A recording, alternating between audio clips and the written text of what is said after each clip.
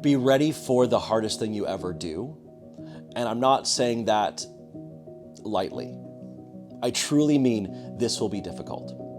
You will be tested and challenged in so many ways that you don't even know about. There will be things in your life that you are unaware of that are shipwrecking your faith, that God will need to uncover to begin to work on, and that process is extremely painful. When we say inventory, that is a scary thing. You will learn that that is a scary thing.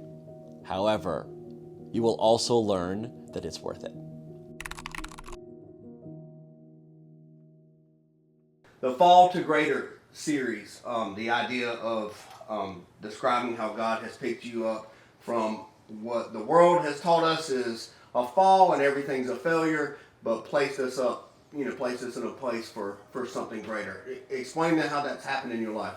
You know, when I went to school for worship music, and when I was in college, I was like every other college student and thought I knew everything. Like when I finished my college experience, I was like, I'm so qualified now. I know everything. And then I stepped into the ministry field completely unprepared. I think you could even go further back than that.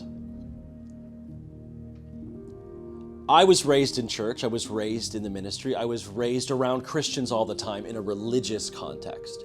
And I thought of myself as a religious person. I did the things that Christians do. I was around the people that Christians are supposed to be around, and I talked the way that Christians are supposed to talk. But inside, that's all it was. It was a religion for me. When I went to college and I got out of my Christian bubble, I realized there was nothing underneath the surface at all. I was just doing this because that's what my family does. And I had my mom's faith and my dad's faith. And so one night in 2010, God met me in my dorm room, not in a church service because churches felt numb. And so God met me alone in my dorm room, and it felt like he just blew up my life. And I felt conviction for the first time, true conviction towards repentance.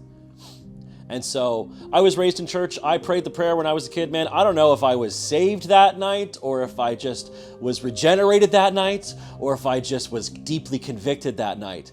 But that was when the old was gone and the new had come for me. Yeah.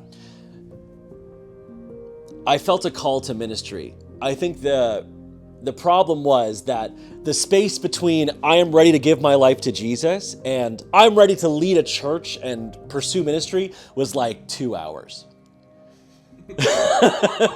Which is not enough time to be ready.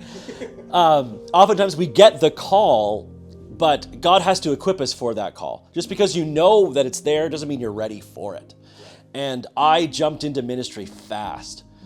Within a couple years of that, I was a worship leader, full-time in the ministry as a young 20-something, thinking he knew everything when I had no idea what I was doing.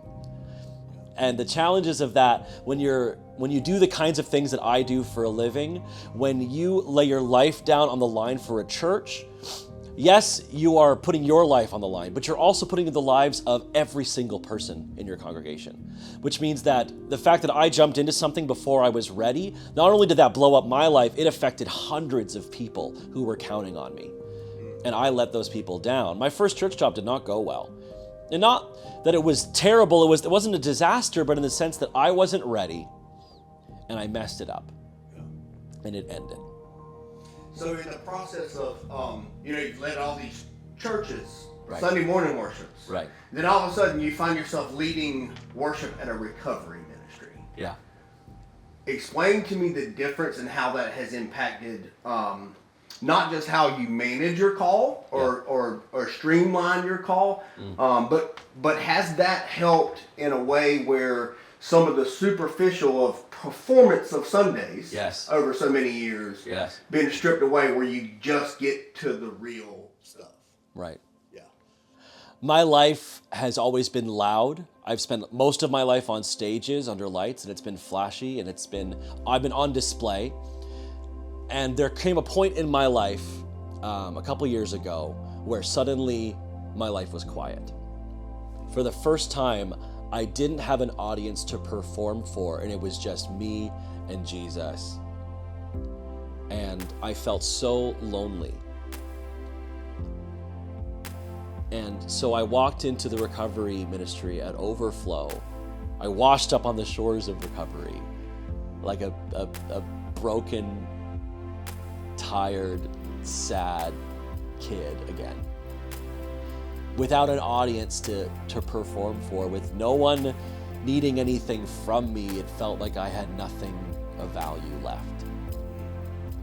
And the way that Jesus works, which I learned at recovery at Overflow, is that he catches us when we fall. That's what he does. We can hold ourselves up for as long as we can, and we can try and we can keep this thing going as long as we can, but eventually we are going to fall. We are going to be hurt. We're going to be knocked down. And Jesus was with me when I was up, but I felt him a lot more when I was down. And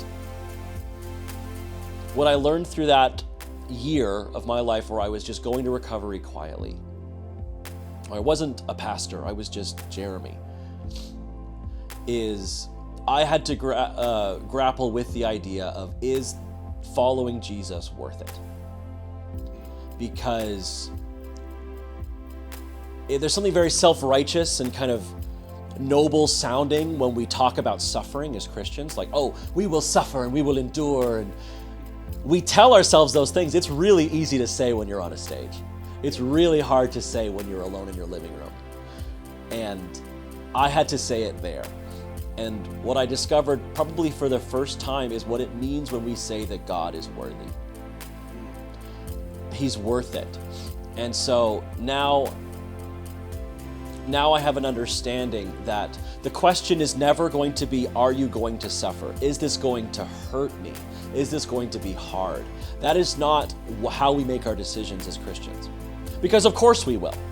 It will be hard, and it won't be glamorous. It won't be pretty. Following Jesus is messy. You are going to hurt, and probably not just once. You'll probably hurt over and over in your pursuit of Christ. The question is not, is it easy or will it hurt me? The question is, will it be worth it? And I discovered at Overflow Recovery that yes, it is. And I discovered it not by being on a stage and singing in front of all these people. I discovered it by walking in and sitting quietly and receiving the word of the Lord when no one was watching. And that was new for me.